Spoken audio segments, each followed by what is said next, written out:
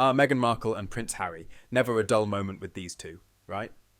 This time, it's the 2025 Winter Invictus Games causing the latest royal migraine. The question is simple: should Meghan show up or stay home? But, as always, no matter what she does, controversy follows. PR expert Riley Gardiner told The Express that Meghan will get backlash no matter what. If she goes, people will say she's overshadowing the veterans. If she stays home, critics will accuse her of not supporting her husband. It's almost like she's not the main character here. Oh wait, she isn't. The Invictus Games were created to highlight the bravery of wounded veterans, not to serve as Meghan's next PR stunt. And speaking of PR stunts, Meghan's attendance was conveniently announced as part of a so-called new PR strategy.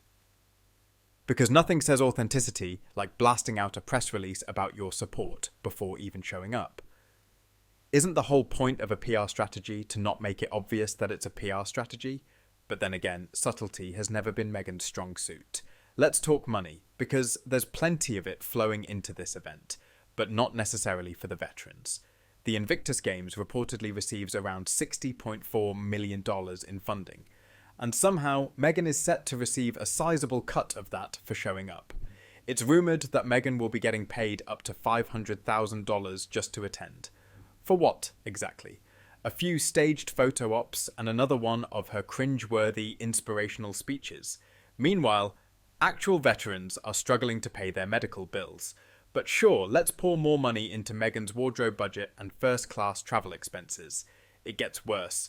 Canada might provide full head of state level security for Harry, Meghan, and their children during the Games. Yes, taxpayers could be footing the bill for a couple who chose to step down from royal duties.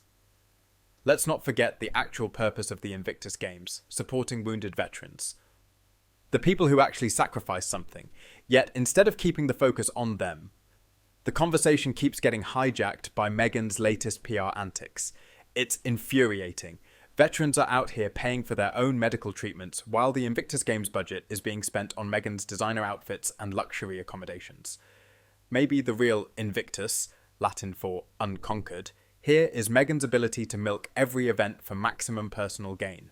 This isn't even a one-time thing. Meghan loves to announce things, even when they don't happen. Remember all those projects she was supposedly working on? The Spotify deal, the Netflix empire, the rebrand? And yet, what does she actually do?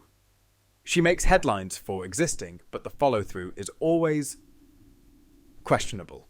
This latest stunt feels like a direct response to the backlash she got when a recent poll suggested people didn't want her at the Invictus Games.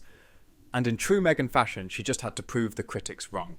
It's not about the veterans, it's about her. At this point, many veterans are openly calling for Meghan to be banned from the Invictus Games altogether. And honestly, they have a point. The Games should be about the athletes, not Meghan's latest attempt to stay relevant.